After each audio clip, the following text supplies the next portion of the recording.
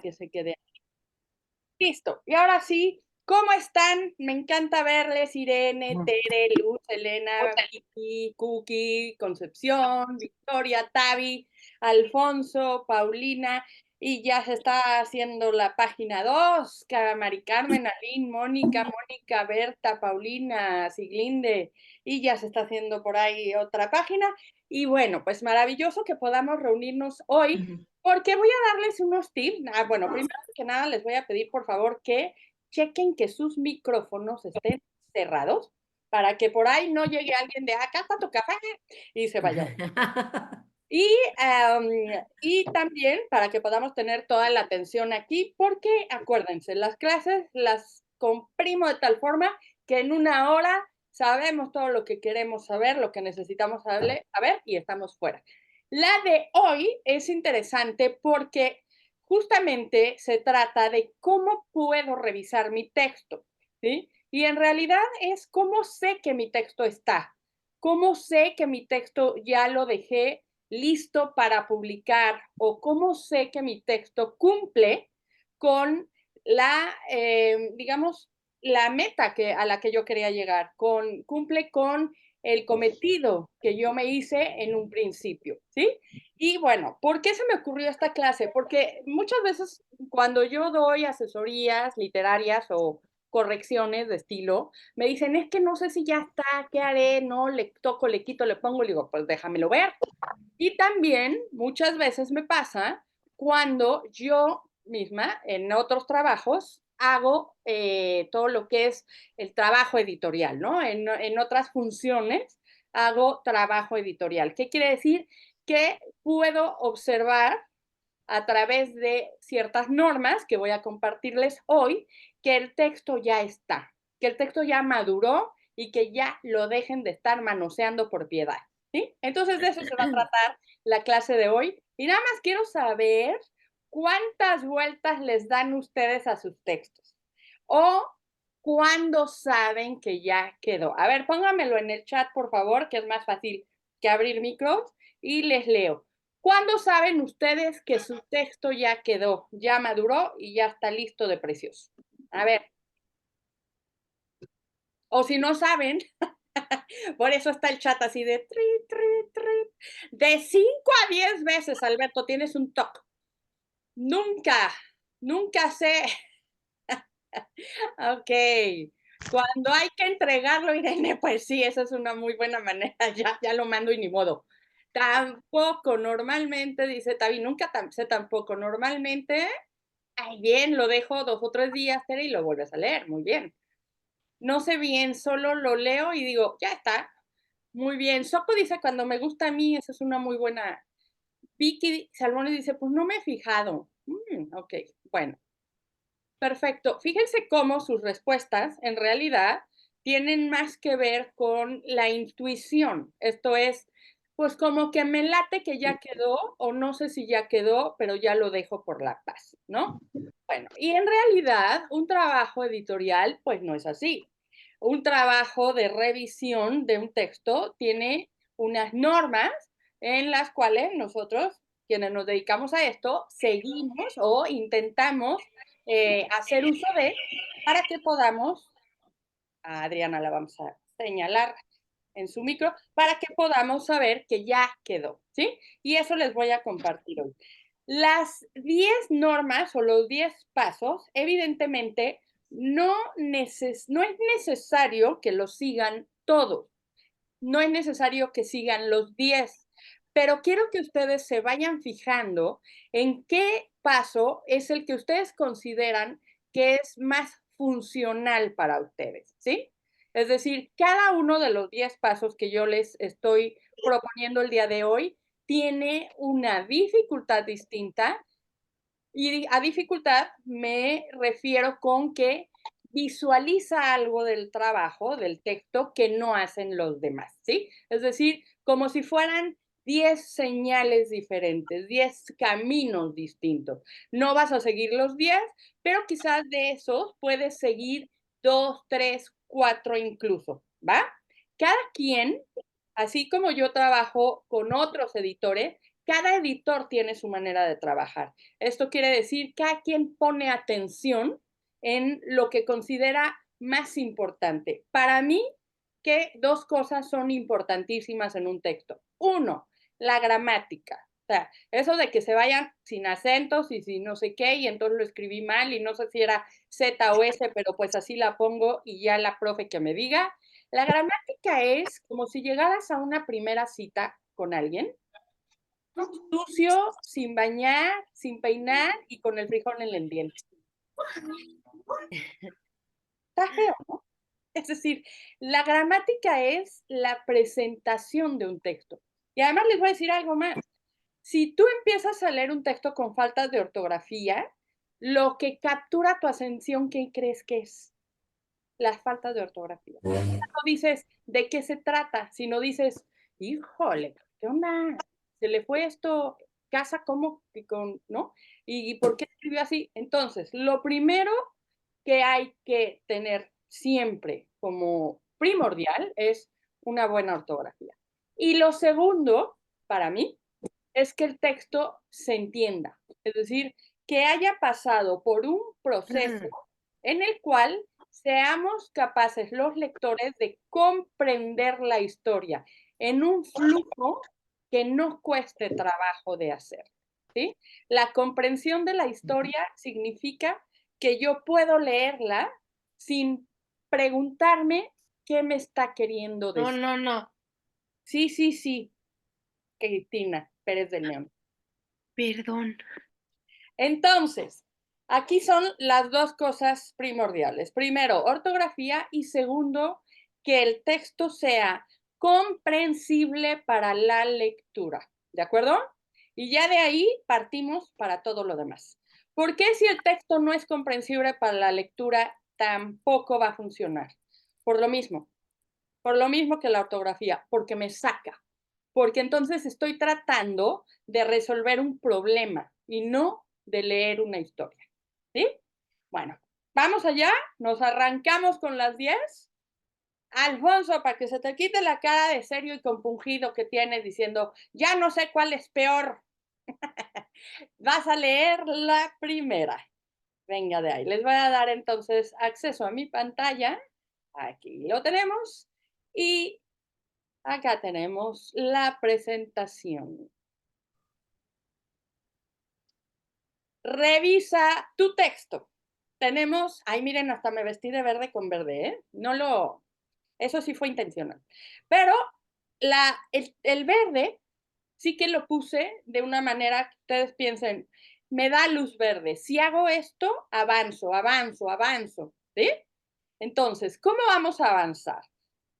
Hay 10 pasos que, como les digo, no es necesariamente que se sigan los 10, pero ustedes, y se los voy a preguntar al finalizar esta clase maestra, me van a decir cuáles 2 pasos creen ustedes más necesarios para su propio trabajo narrativo. ¿De acuerdo? Bueno, a ver, yo voy a leer esta y Alfonso se lanza con la 2.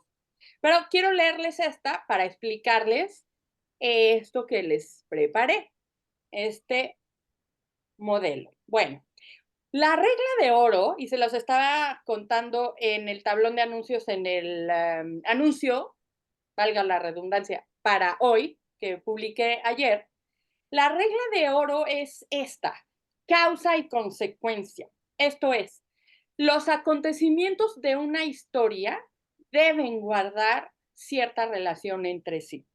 Siempre les digo que lo que siembras al principio, recoges al final.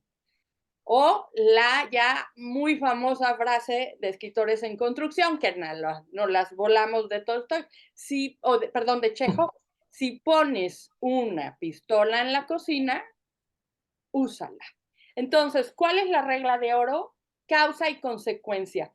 Si tu personaje es un gitano, por algo es gitano y no normando. Si tu protagonista vive en el siglo XVIII, algo tienes que hacer con ese siglo XVIII.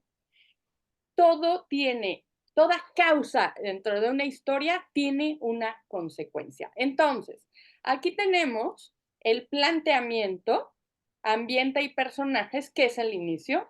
De aquí parto. Y fíjense cómo ya en el desarrollo se empieza a notar la relación, porque narramos la historia a través de vinculantes, es decir, ya hay relación de causa y efecto. El ambiente tiene un efecto después. El personaje se vincula con lo que sucede, ¿sí? Y el planteamiento va a tener relación con el nudo, con eso que va a suceder.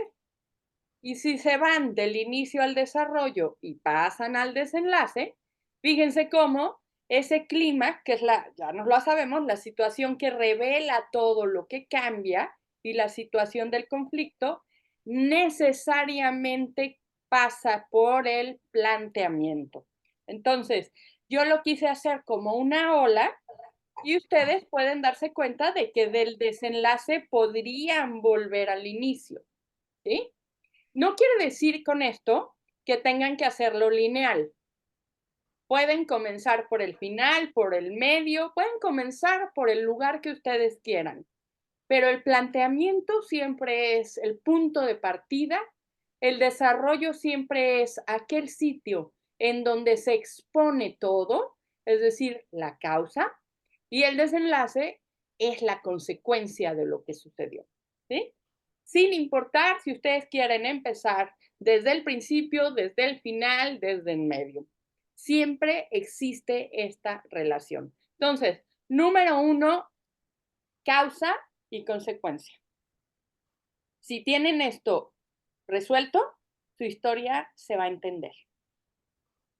Vámonos, por favor, ahora sí, Alfonso, con la 2. La número 2. Lee como un escritor o escritora. Un pintor profesional observa su obra de manera distinta a alguien que no lo es. Leer tu texto de manera profesional significa que puedes cambiarlo todo lo que sea necesario. Todo puede mejorar. Cada página está llena de posibilidades. La historia dice exactamente lo que está en tu mente. Se entiende todo. Adopta una actitud crítica. Exagera los errores. Después, recupera el tono racional y valora si las críticas tienen fundamento. Arregla lo que todavía no lo es bastante bueno.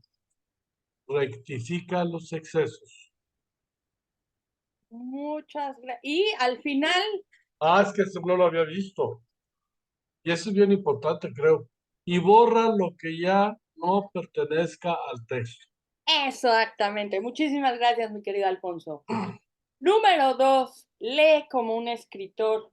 El texto no es tu hijo. El texto es el texto. Y tienes que generar esa distancia crítica para que te permita entender que puedes mejorarlo. Pero para poder mejorar un texto, para entender que se puede mejorar, hay dos cosas que hay que siempre tener en cuenta. La primera, siempre tenemos posibilidades de mejorarlo. Y la segunda, borra, borra y borra, ¿sí? Es decir, elimina. Revisar el texto es comprender que lo primero que escribí y seguramente lo segundo y posiblemente lo tercero sea apenas un borrador. Para que se den una idea, yo puedo redactar un artículo para un periódico o para una revista y me puede llevar unas 5 veces hacerlo. La primera es mi borrador, la segunda ya me está gustando más, la tercera afino y así, y a la quinta puedo saber que ya voy por buen camino. Imagínense pensar que lo primero que salga de mi pluma ya quedó. Sería absurdo, ¿no? Y de eso se trata este punto número 2. Lee como un escritor, aléjate del texto y piensa, ¿exactamente la historia es lo que yo tenía pensado? ¿Es lo que está en mi mente? ¿Se entiende? Acuérdate, todo tiene una causa y una consecuencia. y a través de la crítica exagera los errores. Si tú estás viendo, y vamos les puse un punto que ahora creo que es el de los últimos, que es bien importante. No creas que porque es tu texto tienes que tenerle cariño al texto. Al texto no se le tiene cariño, se le tiene respeto. Y respeto de lo que es mi trabajo, ¿sí? Es decir, no podemos tener esa autocomplacencia con el texto. ¿Qué quiere decir? No creamos que porque lo escribí yo y estoy enamorada, estoy muy bien, me saqué la lotería o fue un gran día, ya me quedó divino. Porque entonces no soy capaz de comprender los errores, ¿sí?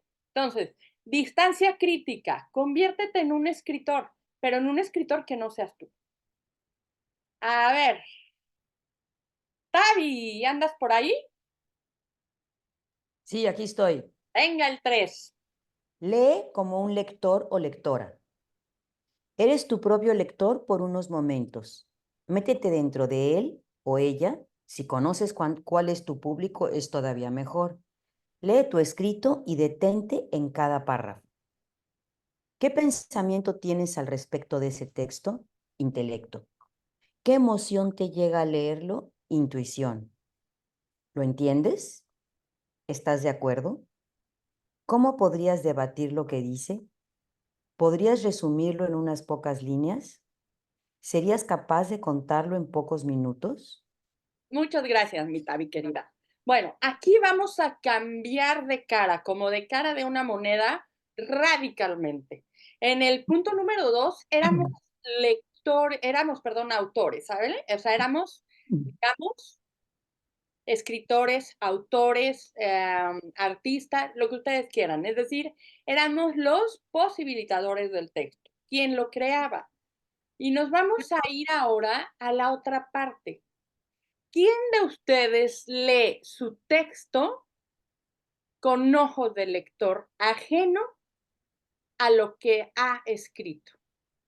¿Quién se quita esa personalidad y dice, a ver, leo y comprendo lo que hizo Esperanza, así, en tercera persona?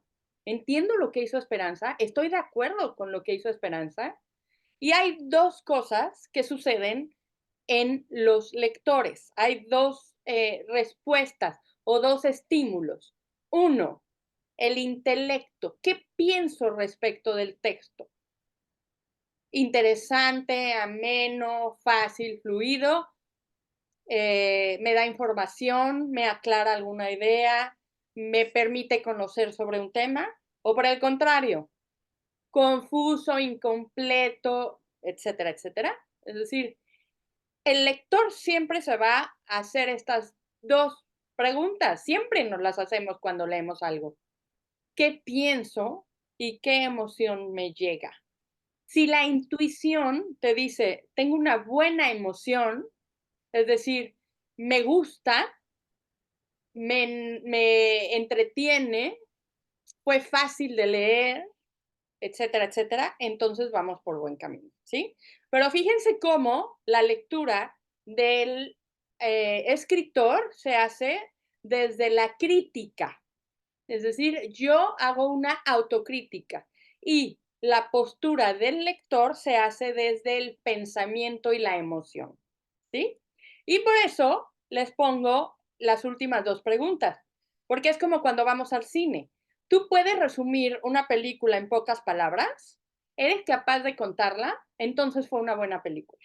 Pero si no sabes por dónde, qué pasó, por dónde la agarro y quién sabe quién se murió, pero entonces resulta que resucitó, pero quién sabe qué onda, entonces te perdiste en la película. ¿Sí? Bueno, entonces, esa es la número 3. ¿Cómo vamos hasta aquí? ¿Bien, bien? ¿Tavi? Anota, anota todas tus respuestas.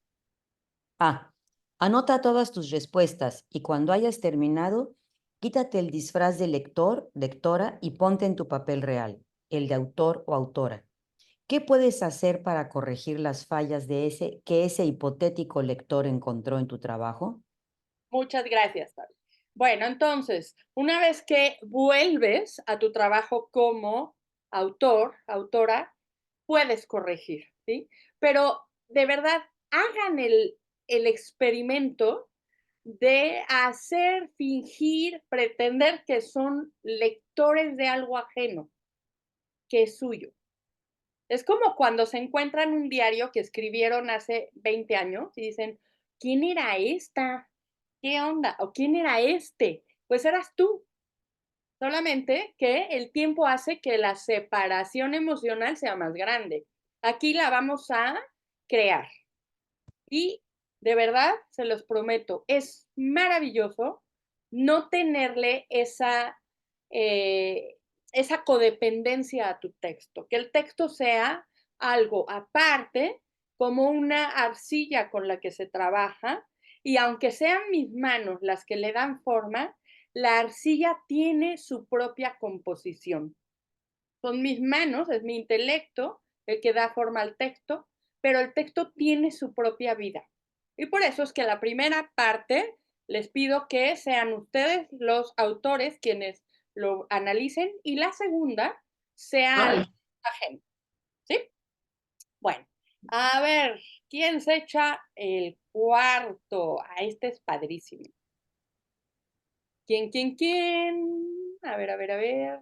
Teresita, venga de ahí. Habla con un lector o lectora real. Pide a un amigo o a un colega que lea tu trabajo. Participa en un taller de escritura en donde puedas retroalimentarte de la opinión de otros escritores. Pídele que te diga cuál es el punto focal de la historia y cuáles son sus ideas principales. Es importante que estés abierto a su opinión, sin justificar tu texto. ¿Cómo puedes aprovechar sus opiniones en beneficio de mejorarlo? Muchas gracias, Tere. Bien, este es esencial. El texto tiene que salir y ser leído por alguien más, pero primero tiene que haber sido leído por ti. Y después, con el conocimiento que tienes del texto y con la lectura y con el análisis, sácalo. Es importante que tengan una o dos personas a quienes puedan darles el texto y sepan que esas personas no les van a decir, ay, me encantó, qué lindo, cada vez escribes mejor, eres lo máximo, ¿cuándo nos vamos a comer? Y ya hablan de otra cosa, ¿no? Es importante que esa persona que lea sus textos sea lo suficientemente comprometido con su lectura para saber que lo que necesitan ustedes es eso, una respuesta real, una respuesta apegada a lo que está leyendo. Entonces, no se lo den a todo mundo. Casi hagan así como, ¿saben? Como matrimonio de almas de lector. Y digan, tú eres mi lector o mi lectora. Y tengan dos. O tallereen. De verdad, tallerear es lo mejor porque es de, a ver, órale, ahí te va. ¿Y qué piensas? No, pues me encantó esto, pero este no le entendí.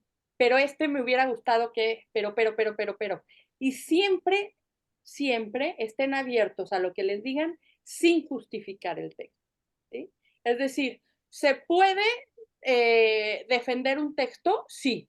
Pero ¿saben cuándo se defienden sus textos? Cuando ya hicieron todo el recorrido de los puntos que les voy a dar hoy.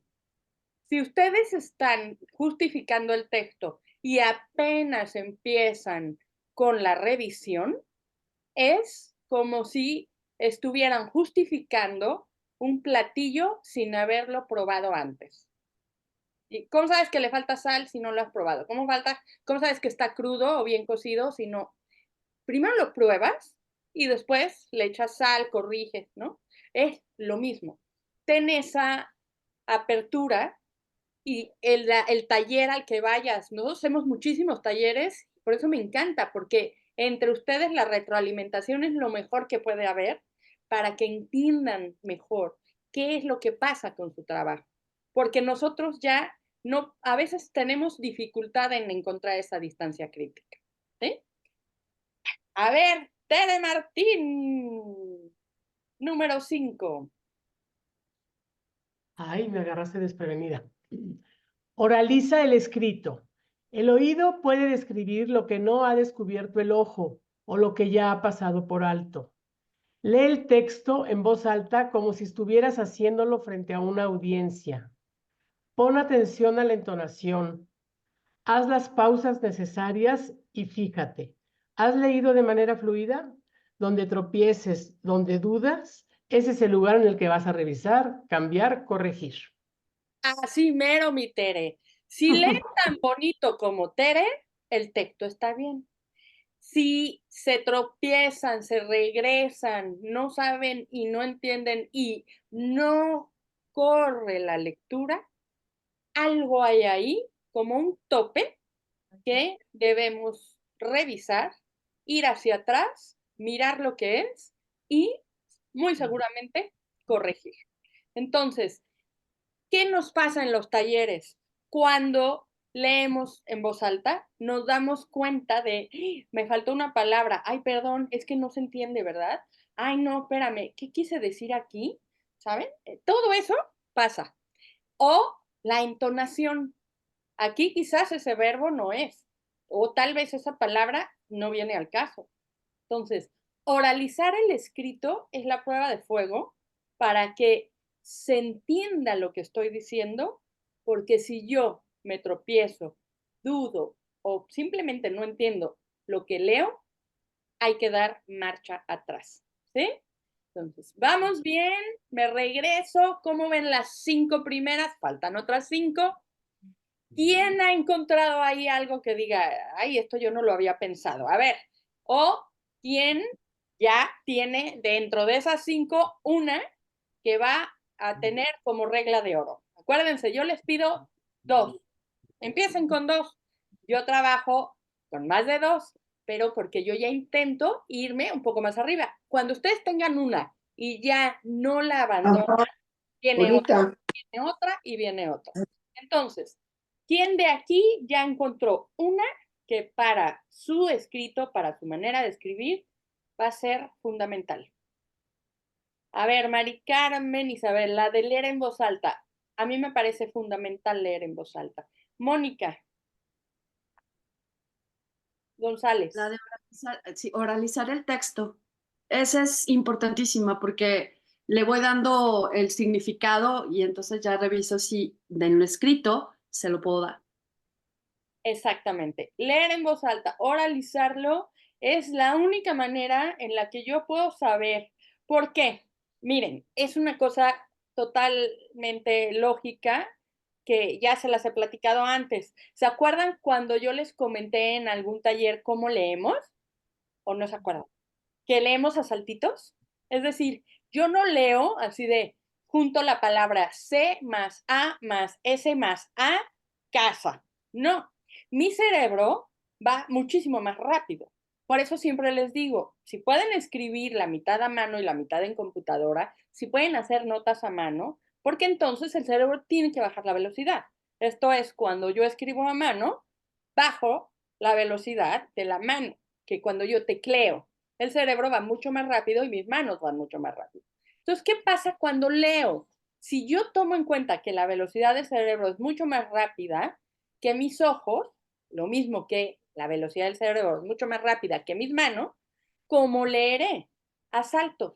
Esto es, ya mi cerebro es capaz de compactar las palabras. Y entonces es el típico juego de, no vi que estaba mal escrito. No, porque ¿qué fue lo primero que leíste?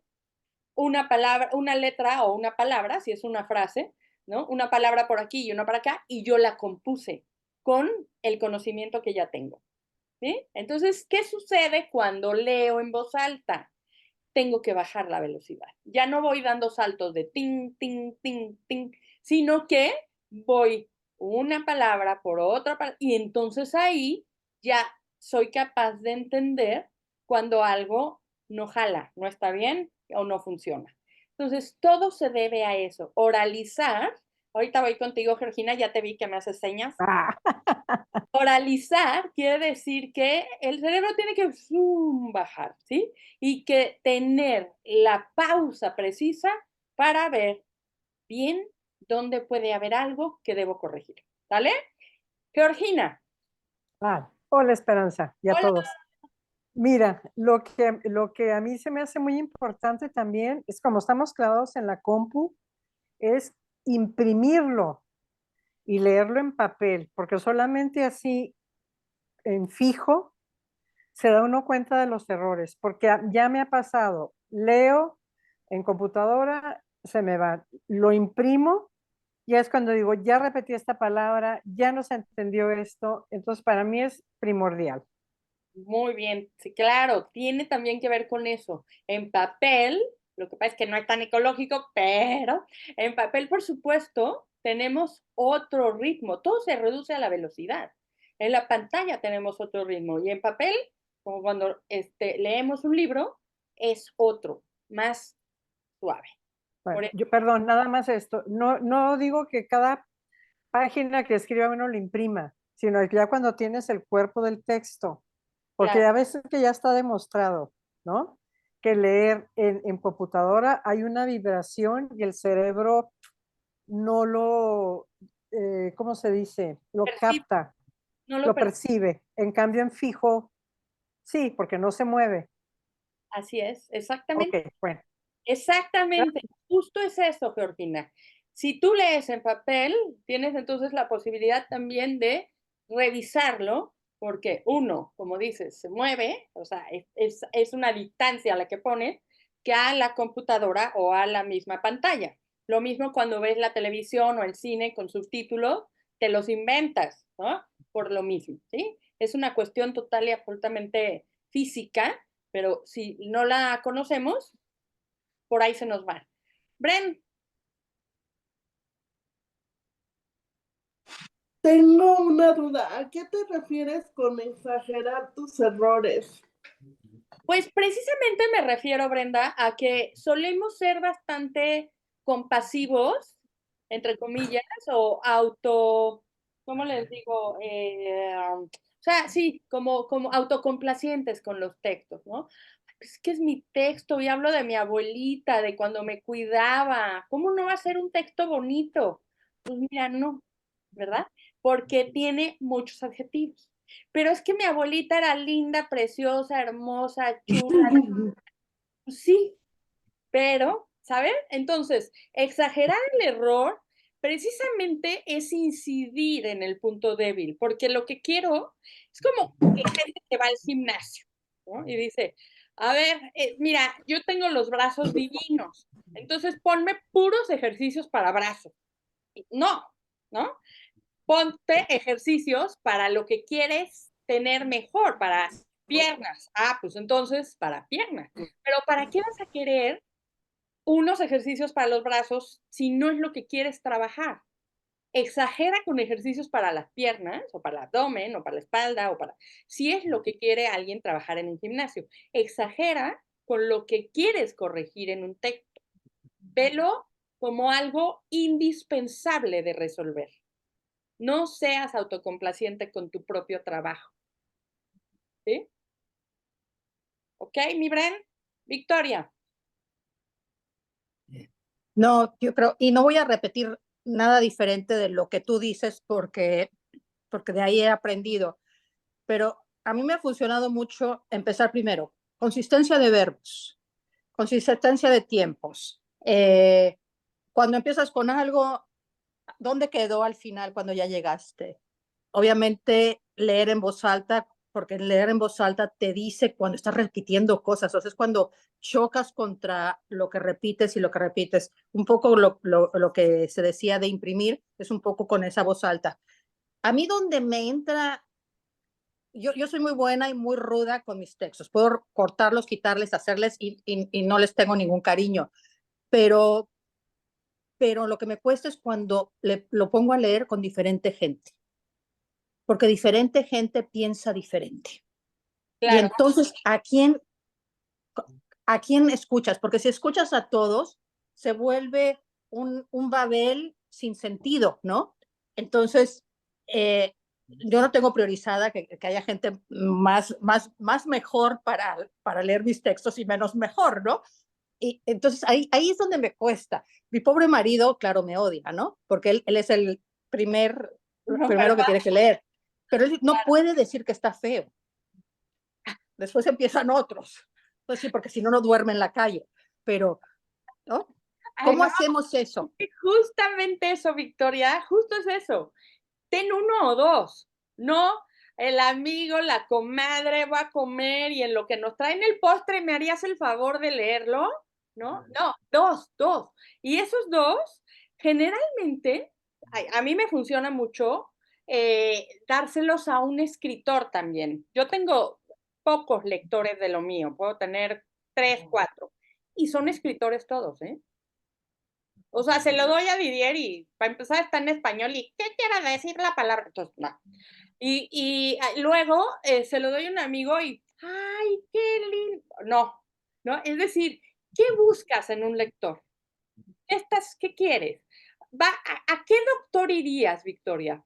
¿Al que te da un buen diagnóstico o al que te diga que tienes buena cara y que mañana se te pasa? No me preguntes, porque yo tengo un problema con los doctores. Yo voy con los que me dicen que todo va bien. Bueno, yo también. Yo les digo, mire, doctor, si hay malas noticias, no quiero saber. Exacto. ¿Ah? Con usted no vuelo, gracias. Ya llegarán. Pero claro, o sea, quieres a alguien que haga su trabajo, ¿no? Quieres a alguien que realmente se lo tome en serio. Entonces, yo busco siempre un escritor. Y te digo, tengo mis 4. Eso es algo indispensable. Aquí en la comunidad también hay tantos que pueden coincidir. Y otra cosa que también es interesante, si escribes para niños, búscate un escritor de niños. Si escribes ensayo, búscate un ensayista. Si escribes novela, búscate un novelista, una novelista. Si escribes poesía, búscate una poetisa, un poeta. Si escribes poesía y se lo das al que escribe ensayo, va a decir, pues sí rima, ¿no? Ya, pero esa es la cuestión. Creo que buscar esa compenetración, esa comunicación, toma su tiempo, pero vale la pena, porque es alguien, y sobre todo alguien en quien puede también haber retorno. Pásame lo tuyo, ¿no? Y les digo, se puede hacer perfectamente así. Y cuando te dicen, mira, ¿sabes qué no? No quiere decir nada, nada más es no. Y cuando te dicen, me gustó, le crees que te gustó. Porque, ¿qué pasa cuando hay algo más que un lector ahí pendiente de tu texto? Pues que cuando te digan, me gustó, no le vas a creer, ¿no? Y cuando te digan, no me gustó, tampoco. Entonces, 2 máximo, que sean alguien, que sea una persona que se dedique a eso, y si puedes, que tenga que ver con lo que tú escribes. Ya la hiciste. Ahora con el reto, vayan haciendo comadreo ahí, miren, hay un chorro. A ver, Maru Rabadán.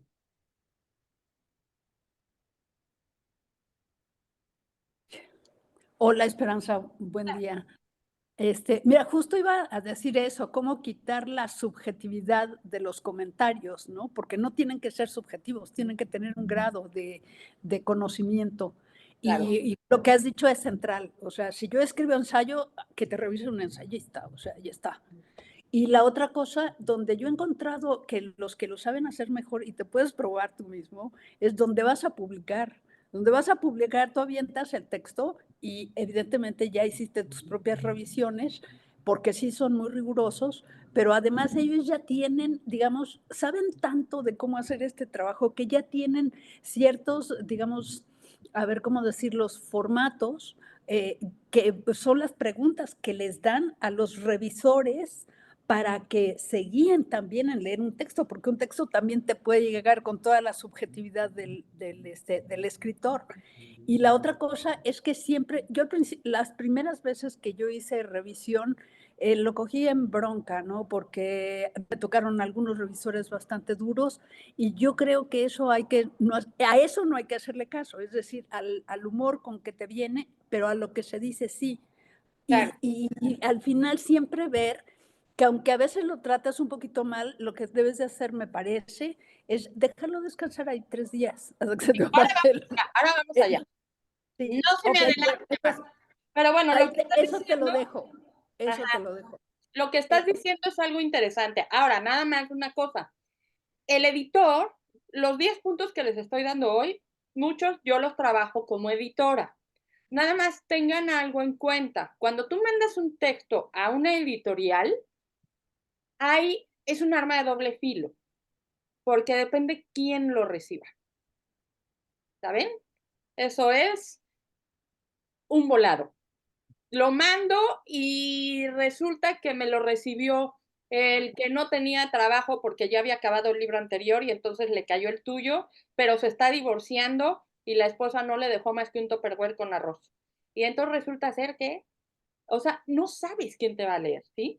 Por eso es importante foguearte y entender que quien te está leyendo es alguien que tú conoces, que toma seriamente la lectura de tu texto. Porque ahí viene lo que me pregunta Teresita, ¿cuándo defiendo mi texto?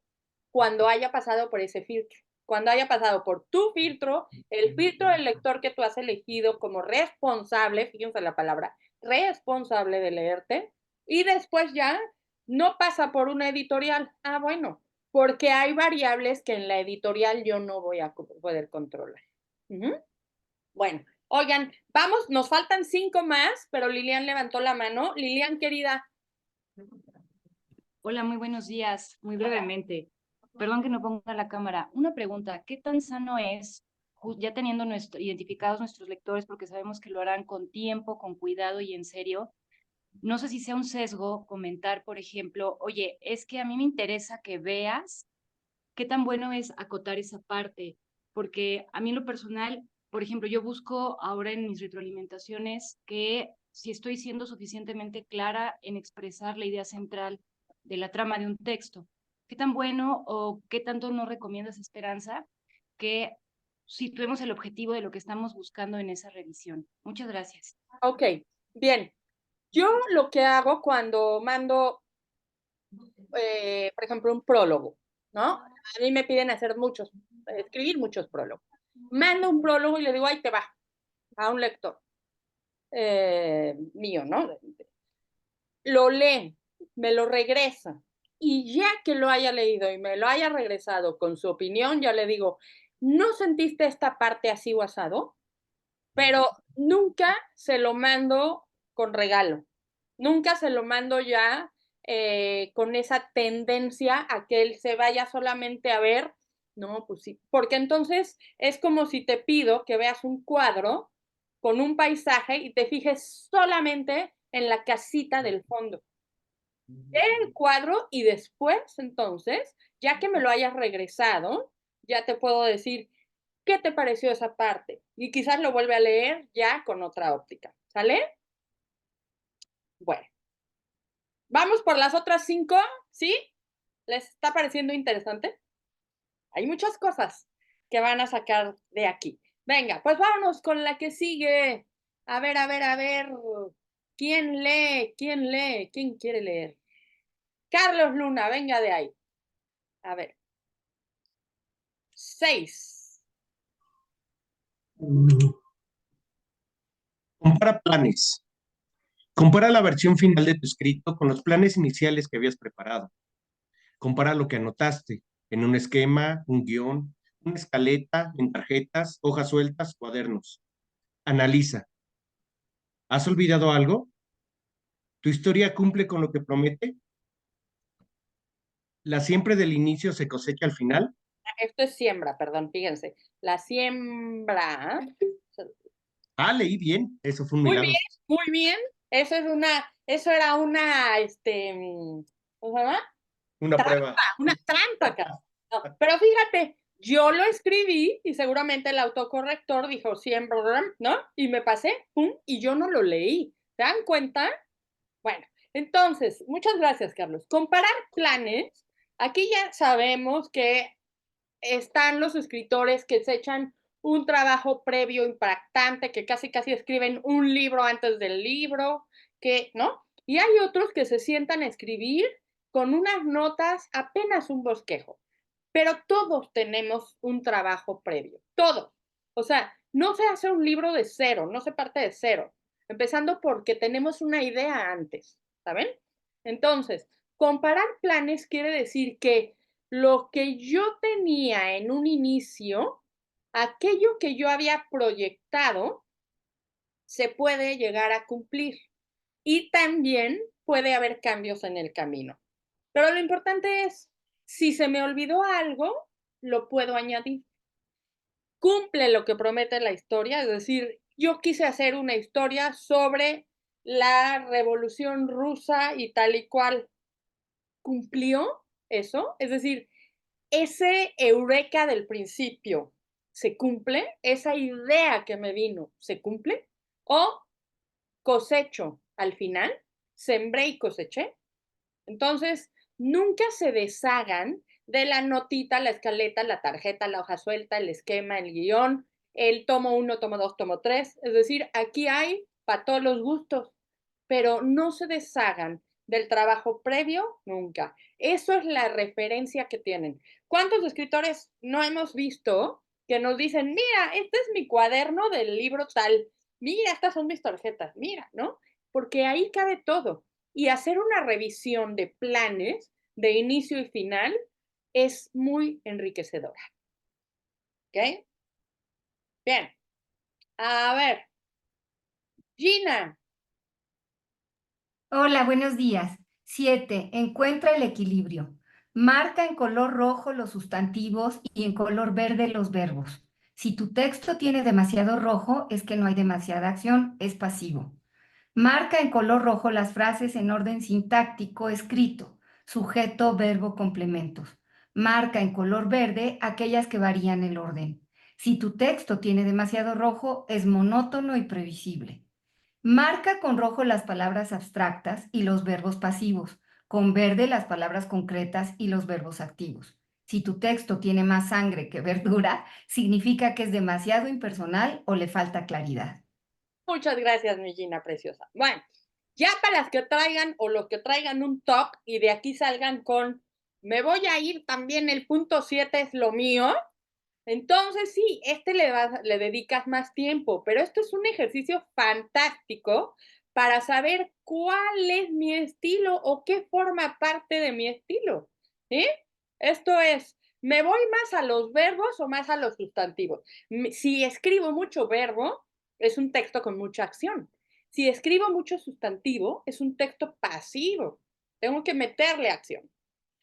¿Qué pasa si el orden sintáctico es siempre estricto? Juanita clavó un clavito. Es monótono y es previsible. Cambia el plan, cambia ese orden sintáctico. El clavito que clavó Juanita. Y entonces, ¡pum!, le das la vuelta. Y número 3, ¿hay demasiada abstracción o no? Entonces, ¿es demasiado impersonal o le falta claridad? Entonces, si ustedes quieren pasarse al equilibrio, la mejor forma de hacerlo, y yo lo hago cuando reviso un texto ya para publicarse, es este. Encuentro un equilibrio entre lo activo y lo pasivo, entre lo monótono y lo sorpresivo, y entre lo impersonal y lo concreto. Y me voy con 2 plumas, así literal. Ahí sí, para que vean, hago lo que hace Georgina. Imprimo y me voy con mi pluma verde y mi pluma roja y digo, esto está lleno de rojo o esto está lleno de verde o mira qué buen equilibrio tiene este texto. ¿Sí? Bien, ¿quién quiere leer la 8? ¡Tararán! A ver, Irene. Escribe resúmenes. Lee tu trabajo y resume en una frase corta el mensaje esencial que comunica. Escribe una lista de las 5 ideas más importantes que la fundamentan. Busca un título concreto para cada párrafo. Después responde, ¿las frases designan exactamente lo que quiero decir? ¿Te gusta la forma en la que están organizados los párrafos? ¿Piensas que el orden en el que están es el mejor para la historia que cuentan? Muchísimas gracias, Irene, de mi corazón. Escribir resúmenes es algo increíble porque te permite hacer lo siguiente, modificar el orden de la información. Para quien por ahí haya tenido un taller conmigo de revisión de textos o hayamos trabajado alguna asesoría, se darán cuenta que muchas veces decimos, este párrafo no va aquí, hay que subirlo. Esta frase no va acá, hay que bajarla, ¿sí? Eso se consigue cuando hacemos un resumen, porque decimos, ¿cómo puede ser que yo puse que se cayó de la bicicleta antes de que se subiera? ¿No? Si está cruzado. Es un ejemplo tonto, pero para que vean cómo si la frase designa lo que quiero decir y voy construyendo una escalera, el orden es el correcto. O lo contrario, si la escalera tiene huecos, es que necesito subir un escalón hacia el hueco o bajar otro hacia el otro. Entonces, el resumen nos va a servir para eso. Háganlo y van a darse cuenta cómo, muy posiblemente, otro orden también puede ser muy beneficioso para su historia. Y quizá no lo habían notado, ¿no? No le habían dado esa posibilidad. Bien, a ver, ¿quién quiere leer el 9? ¡Tan, tan, tan! Este me encanta. Mónica González. Gracias. Cuida la maldita ortografía. Puedes tener talento para contar historias, pero si tu ortografía es mala, todo se va al demonio. Tallerea, estudia, prepárate, tómalo en serio, revisa, ten una lista de tus puntos débiles en ortografía y gramática siempre junto a ti, usa el diccionario. Se nota que este es el que más me importa, ¿verdad? Sí. Gracias, Moni. Aquí necesitamos entender lo siguiente. Como les decía, si tú llegas a una primera cita sin bañar, apestando a chivo, sin peinar y con el frijol en el diente, yo creo que tienes menos posibilidades, ¿no? Si tú tallereas, te la tomas en serio, preparas tu texto, lees, revisas, dejas atrás el rollo de, pero pues voy a tener autocompasión por mi texto porque habla de mi abuelita y además lo escribí yo y mi abuelita siempre me dijo que yo iba a ser una escritora de bestsellers, entonces ¿cómo le voy a fallar? De verdad, si no hay esfuerzo, no hay crecimiento. Entonces, el escribir significa un placer, pero el placer de escribir también significa un compromiso. Y si tú te comprometes, e incluso les voy a decir algo, el compromiso es ya, de aquí a 6 meses voy a hacer un capítulo, de aquí a 6 meses, órale, va, del libro que quieras, de lo que quieras, o un poema, o un ensayo, pero de aquí a tanto. Y entonces voy a cumplir con estos puntos y ese capítulo me va a quedar increíble. Es mejor eso, o un cuentito, o lo que ustedes quieran. Pero es mucho mejor eso, con la seriedad que estamos viendo hoy, como punto tras punto, que decir, escribo cuando estoy triste, escribo cuando tengo tiempo, escribo cuando... No, escribo y me lo tomo en serio y cuido la maldita ortografía. Bueno, vámonos con el 10º, por favor. ¿Quién quiere leerlo? Este tiene mucha punta. Sandra, querida, por favor. Tu estilo siempre puede mejorar. Con frecuencia, el escritor aficionado piensa que el estilo es una especie de tatuaje indeleble que no puede cambiar. Si se usan demasiados adjetivos, si se escribe como se habla, si las ideas están inconclusas. No importa que el profesor, profesora, señale estos puntos débiles si el autor o autora no lo toma en cuenta y no decide cambiarlo, corregirlo. Aceptar que mantener tu estilo es solo una parte de tu trabajo como escritor significa ser consciente de qué elementos están perjudicando a tu escritura y modificarlos. Escribe una lista con todas las características que no gustan de tu estilo. ¿Qué te han dicho ya 100 veces que resulta exagerado, débil o incompleto? Precisamente eso es lo que vas a modificar, a eliminar, a corregir. Adopta una actitud crítica. Hazle un favor a tu estilo. Muchísimas gracias, mi querida Sandra. Miren, esto es algo que que a mí me llama mucho la atención porque no sepan, o les he contado, yo salí de la Ibero en el 97 y en el 98 ya estaba dando talleres. Y algo que me llama mucho la atención es como que el estilo se defiende, ahora sí que, ¿eres fiel? Espérenme. ¡Cari! ¿Eres fiel? Sí, soy fiel. Oye, pero tu estilo, fíjate, no me toques mi estilo. Pero no pasa nada, es de verdad, de verdad. Miren, el estilo forma parte del aprendizaje. Y les voy a dar un ejemplo que no me dejarán mentir. ¿Aquí todos conocen a Picasso? ¿Todos y todas? ¿Sí? Vale. ¿Se han puesto a averiguar cómo pintaba Picasso en sus inicios? Ya. ¿Tú, Bren? Aquí tenemos una fan de Picasso, por lo que veo. Bueno, se le entendía. Pintaba un señor y sabías que era un señor, y pintaba una casita y ya es que era una casita. Y de pronto, váyanse al último, bueno, se van a la época azul y pasen por todas las épocas de Picasso. Y váyanse a la última época de Picasso. ¿Es igual la última que la primera? Es que es diametralmente opuesta, ¿no? ¡Fam! Sin embargo, se trata del mismo pintor. Entonces, ¿qué es el estilo? Quiero que se lo pregunten de verdad seriamente. ¿Qué es el estilo?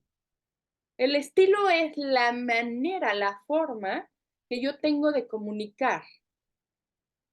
Pero esa forma puede irse corrigiendo, afinando, enriqueciendo, cambiando. ¿Soy la misma de hace 10 años? No. Por lo tanto, mi estilo no puede ser igual. Piensen en un escritor, ahora vámonos con escritores. Piensen en un escritor o en una escritora que les guste. ¿Qué pasa cuando el libro que acaba de sacar vas emocionadísima, lo compras y te decepciona? Dices, pues es que como que se parecía mucho al anterior, como que no hay nada que me haya llamado la atención de este libro, ¿no? Es decir, es un molde. El estilo nunca lo vas a perder, tu esencia no la vas a perder. Lo que vas a engrandecer, a pulir, a modificar para bien, es la parte del estilo que se trata de la mecánica. Eso sí, ¿qué es? Mejor ortografía, mejor semántica, mejor forma de hacer historias, mejor. Pero ¿qué pasa? Y eso me suele suceder de vez en cuando, si le digo a un alumno o a una alumna, no adjetives tanto. Ay, pues es que así escribo yo y ya, ¿no? Hazte cuenta que les dije, qué feos ojos tienes. No, digo, no adjetives tanto, ¿sí? Bueno, corte a siguiente texto.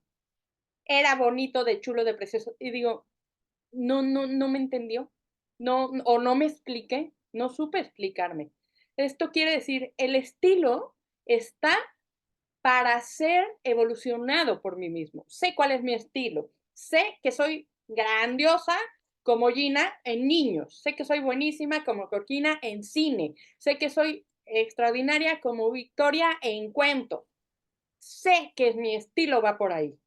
Pero no me quedo como Picasso pintando casitas y arlequines. Al final me voy a ir a algo, pero porque evolucioné mi estilo. ¿Sí? Este es el número 10, porque miren, hasta me enchino. Cuando sabemos que el estilo es algo que va creciendo y madurando junto con nosotros, tenemos todo hecho. Todo lo demás, la ortografía la aprendo, los párrafos, la lectura, pero cuando sé que mi estilo siempre va a estar ahí, es mi esencia, y lo que voy a modificar es la mecánica para hacerlo mejor, ya la hice. Ya la hice. ¿Sí? Bueno, pues a ver. Adriana Ávila, ¿puedes leer por favor el último? Lo voy a compartir. Y mi queridísima Adriana, Bueno. cierra. Recuerda siempre esta máxima. Todo trabajo literario debe corregirse y reducirse siempre. Anula una línea cada día. Muy bien, nula sine línea, anula una línea cada día. ¿Sí? Muchísimas gracias, Adriana. Pues a esto se reduce todo trabajo, fíjense, trabajo literario se corrige, todo se reduce, se anula. ¿Por qué? Porque en la simplicidad está la perfección. ¿Sí? Bueno, pues espero les haya gustado esta clase maestra de yo.